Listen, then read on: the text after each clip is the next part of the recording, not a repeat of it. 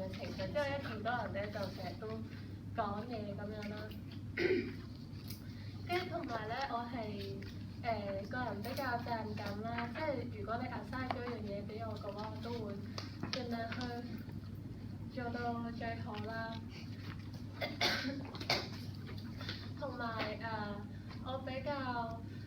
即係我會顧慮成件事做得好唔好，所以如果我見到其他人係需要幫手嘅時候，可以幫我都會盡量去幫啦。好似係咁，唔好意思，聽錯。有冇preference 入邊個 house？preference 係 yellow house。有冇 second preference？冇。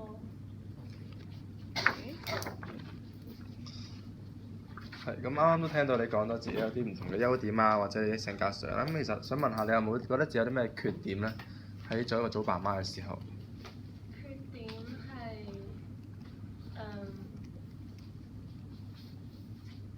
我有時比較多嘢講啦，即係可能喺有一個場合，大家係想休息啊，或者唔係好想講嘢嘅時候，我都會又係繼續喺度講嘢。可能有啲人會覺得你唔好講咁多啦，好嘈啊你把聲咁樣。咁你會點樣去改善或者注意呢樣嘢？你做到啲咩咧？我會叫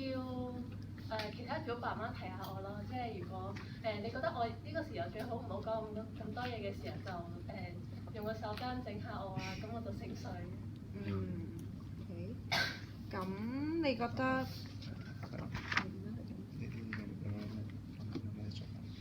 咁你喺暑假啦，除咗即係當你 in 到啦，咁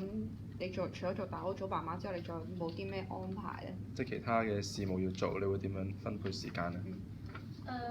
我仲有一個 film 組嘅組媽，但係嗰個細 O 嚟，我諗都係輕鬆嘅，因為都望過佢哋係比較少嘢做，所以大部分時間都會係擺喺 Yellow House 嗰度，同埋就我諗我今個暑假唔會返 part time 住。OK，咁你都知，咁 film 組就 camp 期係冇撞嘅應該，係啦。咁但係咧，咁我哋都會有好多嘅 O day 啦，亦都咁如果當大 O 嘅 O day 撞咗 film 組嘅 O day 啦，舉例，咁你會點做咧？咁我都會抽翻適當時間 film 組嗰度嘅，即係如果係撞咗4次嘅話，咁樣就因應大 O 嗰度睇下嗰日係咪即係睇下其他組爸媽有冇缺席啦。咁如果有嘅話，我梗係嚟大 O 啦，同埋即係可能撞4日嘅話，咪分2、3日俾大 O，跟住2日至1日俾 film 組咁樣咯。最主要睇下同當 partner 佢哋可唔可以夠唔夠人數 take care 啲仔女。我想問下咧，即係你話你上年覺得最深刻嘅環節係誓師大會啦，可唔可以講下點解係呢個環節咧？因為本身 O Day 嗰陣見到啲組爸媽第一次跳嗰隻 house dance 啊，我都哇點解覺得佢哋嗰隻 house dance 可以跳得咁有情緒啊嗰啲啦，又或者唔係好明點解佢哋我哋啱啱識嘅話就對我哋咁好啊，但係喺誓師嗰一下就真係 feel 到Yellow 係一個好有傳染力嘅地方啦，即係見到誓師嗰陣，大家可以本身唔係咁熟嘅組仔女都可以一齊為咗個 house dance 同埋 dance beat 咁努力去 dance 啊，全程咁樣投入，同埋見到爸媽係喊晒咁樣跳啦，跟住所以令到我覺得做組爸媽應該係一個好難忘嘅回憶咯，即係可以一班人朝住同一個目標去到進發啦，跟住然後最終喺誓師嗰一下，將所有嘅努力都傾盡晒出嚟啦，我覺得好青春同埋應該會好好玩。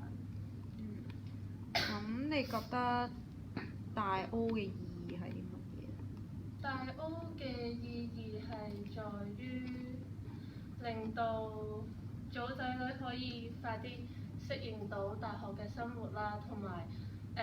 大家彼此去建立一種嘅關係，咁樣可以 last for 比較耐嘅時間，因為大 O 相處嘅時間會係耐一啲噶嘛。組仔女初入到嚟嘅時候，都需要有啲組爸媽去 take care，話俾佢哋知嗰個係啊，或者呢個學校嘅運作啦。咁樣呢個時候，組爸媽就可以講多啲嘅資訊俾佢哋聽啦，同埋喺組仔女相處之間都可以建立到一種嘅感情，即係無論係有嘢想問啊，可以互相幫忙啊，又或者之後都可以識咗嘅話就可以陪住大家咯，即係盡快令佢哋對呢間學校或者呢個 house 會有一種歸屬感。你啱講到話適應生活啦，咁其實你覺得即係組仔女由中學生變大學生呢個過程有啲咩要適應或者係要你哋做爸媽嚟幫手嘅？即係除咗可能係話一啲基本嘅大學一啲資訊啊之外，有啲咩係話要適應嘅咧？我覺得最主要要適應嘅係待人處事方面啦，因為佢哋初嚟係好陌生噶嘛，即係以前喺中學嘅時候就即係佢哋都係多數同身邊嘅同學去玩啦，即係好自然咁樣就會溝熟咗。但係喺大學入面就見嘅機會好少啦，即係佢哋可能要接受嘅就係可能啲 friend 嘅聯繫冇咁緊密啊，咁樣但係即係組爸媽都要喺呢個時候就係幫佢哋去維係嗰種嘅關係，或者幫佢哋建立關係啦，等佢哋唔會覺得點解好似突然之間少咗啲 friend 咁樣啊。其實如果嗰種關係建立得深入嘅話，都會即係唔會覺得有啲咩陌生。咁你覺得大 O 應唔應該加入一啲元素係可能關於政治啊，或者係公民意識上面嘅嘢咧？我覺得盡量唔好啦，因為政治呢樣嘢大家都比較有各自各嘅立場同埋難啲去說服啦，即係每個人心入面嘅信念都係唔同，價值觀都唔同㗎嘛。如果將呢樣嘢擺咗落去大 O 入邊，就會即係容易啲去挑起事端咯。同埋我覺得大 O 最主要都係俾新生去適應新環境，又或者大家去認識朋友嘅一個地方啦，唔需要將一樣咁認真嘅嘢擺喺呢度。咁或者我問下你覺得大學生同政治有冇啲咩關係咧？即係大學生嘅責任有啲咩咁樣？大學生嘅責任最主要就係去睇清時事，即係我覺得呢個階段雖然係成人，但係嗰個嘅獨立思維可能唔係個個都真係已經建立咗啦，所以我覺得呢個階段最主要都係俾我哋有多一啲嘅機會去接觸時事或者政治，咁但係喺討論上面都要係有一種和諧嘅氣氛，唔可以話大學生同政治係冇關係嘅，但係唔需要用一種。即係如果你係真係好堅信嗰樣嘢嘅話，咁你可以去表達啦，但係唔需要太過去激進咯。咁但係我想問下，如果喺大 O 加入呢個元素而你係覺得有問題嘅，點解咧？即係因為你啱啱講起大學生其實都係需要話係關注呢樣嘢，只不過態度冇咁激進啫。咁但係點解喺大 O 加入呢樣嘢又覺得有問題？因為我覺得即係睇翻個比重咯。O Camp 最主要嘅目的係大家一齊去玩啊，又或者係建立感情咁樣啦。但係如果係呢一樣嘢喺大家初認識嘅階段入面，就將時事呢一樣嘢擺入去嘅話，即係會喺中間有一啲嘅阻礙。咁大學唔係淨係得 O Camp 呢一段時間㗎嘛，喺其他時間方面。即係可能係組爸媽即係完咗個 O Camp 之後，組爸媽同仔女建立咗關係之後，先去講呢一樣嘢會比較好，但唔係喺初認識嘅階段嘅時候去加入呢樣嘢。咁假設今年嘅大 O 其實就係要做呢樣嘢啦，而能講緊係同你頭先講嘅比重係都係一比，即係可能係講緊建立關係同埋政治嘅呢樣嘢，其實都係1:1啦嘅時候，咁你會點睇呢個大 O？ 同埋你會唔會去配合？如果你會配合嘅話，你會點樣配合？但係你講話加咗呢樣嘢入嚟，有冇一啲具體少少？例如可能啲即係 game 上啦、活動上，即係可能安排上成個 Ocamp 嘅 theme 或者 storyline 係會有一啲政治議題要佢哋去討論啊等等。我覺得最主要係我唔會睇個人嘅意願咁重咯，即係我覺得最主要同我嗰個 house 去商量翻到底大家係點樣諗啦。如果將個人嘅意願太過去擺入佢個 camp 入面，反而會令到大家合作唔 OK 咯。即係傾完個 house，如果覺得呢一個係一個可行嘅方法嘅話，咁都可以做啦。咁但係喺即係活動過程入面都盡量避免翻大家即係純討論啊，唔好因為立場而有拗撬咁樣啦。又或者當佢哋有一啲唔同嘅睇法嘅時候，就stop 佢哋唔好嗌落去咁樣。或者我想問一個具體少少嘅問題啦。咁因為 Ocamp 嘅中間第2日咧係立法會選舉嘅，咁其實我哋有計劃就係安排一啲車去送組仔女出去投票啦，好嘛？咁你點樣睇成個安排？我覺得 OK。咁如果啲組仔即係如果嗰個組仔女係真係想投票嘅話，咁當然攞架車送我哋出去冇問題啦。係咯。咁你自己會點樣？你會唔會投票，或者你會做啲咩咧？當下你覺得你做咗做嗎？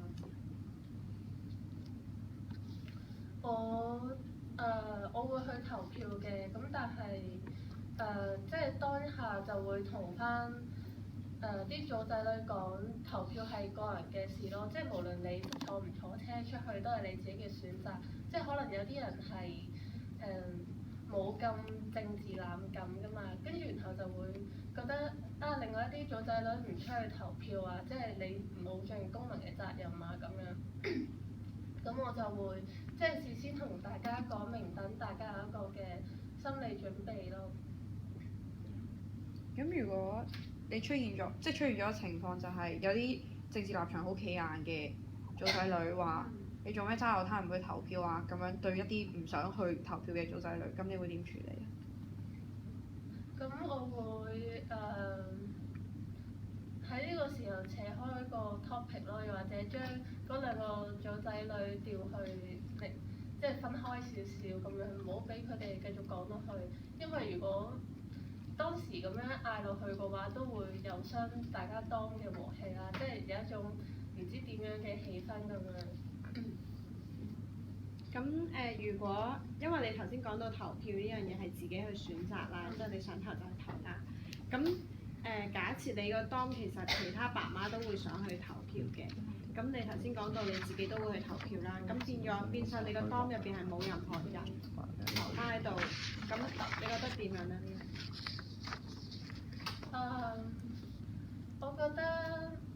應該係成個 house 去睇咯，即係嗰陣最好係進行一啲嘅集體 game 啊，即係可以有一啲人喺出面 take care 佢哋就 OK，唔使逐個 dorm 咁樣去獨立活動咁樣，即係想投票組爸媽都可以出去。咁你可唔可以講下你個 dorm 係，即係你個 dorm 嘅爸媽係？上年你自己玩大 O 嘅時候。上年我係鳳翔谷啦，即係軍澳蔡和山嗰一啲，我覺得佢哋係偏向呢個嘅行街嘅路線嘅，因為蔡和山係嗰啲成日好無厘頭講一大句嘢出嚟啦，咁軍澳就係嗰啲比較遲鈍嘅組合，但係我哋成個當反而因為佢哋比較弱智啦，可以同我哋更加貼近，所以我哋都同佢哋嘅關係保持得幾好咯。即係即使喺完咗 Ocamp 入面之後，蔡和山佢哋啊，都係一啲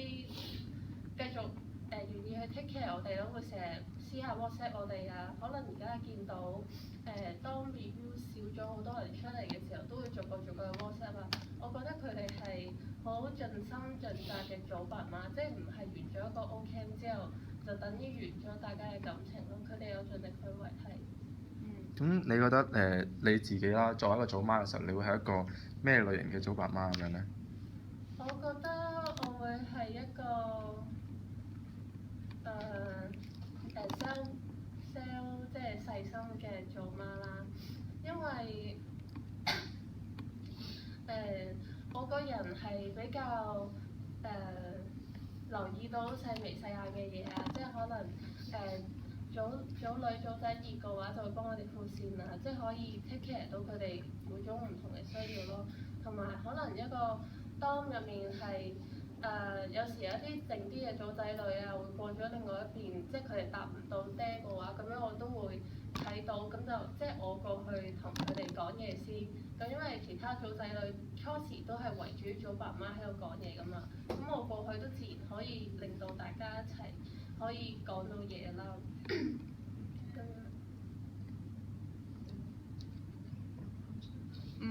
咁你覺得Yellow House 係一個點樣嘅 house？即係你覺得點解自己適合呢個地方咧？我覺得因為 Yellow House 係一個光啲嘅地方啦，同埋我覺得入面啲人都係比較善良，咁所以我就更加想入呢度咯，因為我覺得你哋有一樣嘢係做得好勁嘅，就係一班組爸媽會自制，即係會自律唔去叫組仔女講粗口啊。呢一點我覺得好神奇啦，因為我覺得喺大學入面應該大家係好奔放咁樣，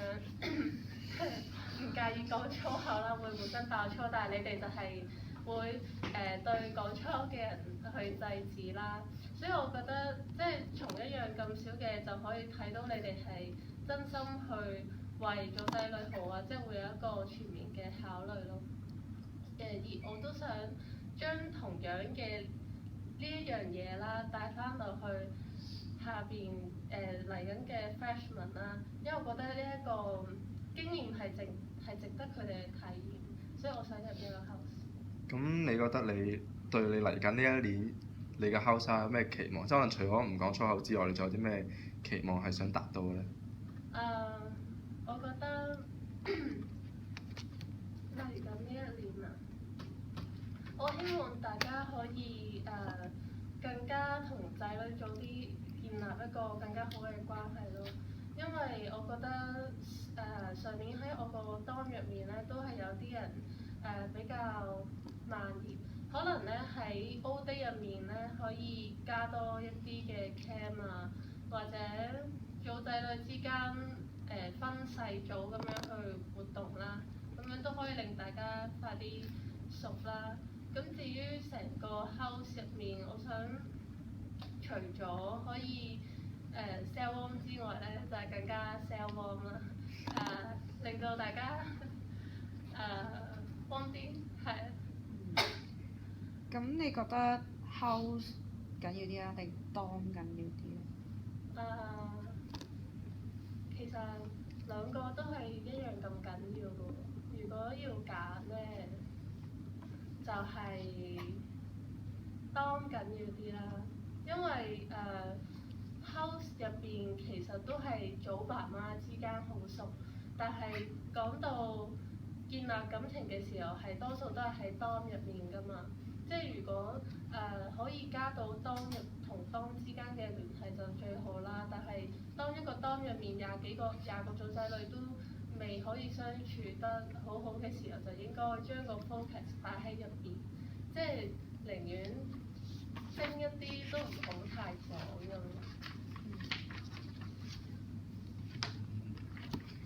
咁你覺得你自己啦，你呢個暑假有啲咩可以貢獻喺呢個 house 入邊咧？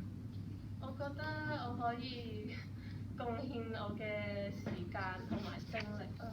因為我真係絕大部分嘅時間都會擺晒喺大 O 㗎啦，嗰個跟住然後精力方面面就係啦，我會用好多心力啊、體力啊去跳舞咁樣。好，咁係啦，咁到嗱而家到最後啦，即係都有幾條問題想問翻你嘅咁樣啦，咁樣咧，OK，嗱1分最低分啦，10分最高分啦，1至10分，咁你有幾中意 Yellow 啊？Yellow 會係8分。 8分，OK，咁同樣嘅 scale 啦，1至10分，你有幾想翻嚟 Yellow 做爸媽咧？ 10分。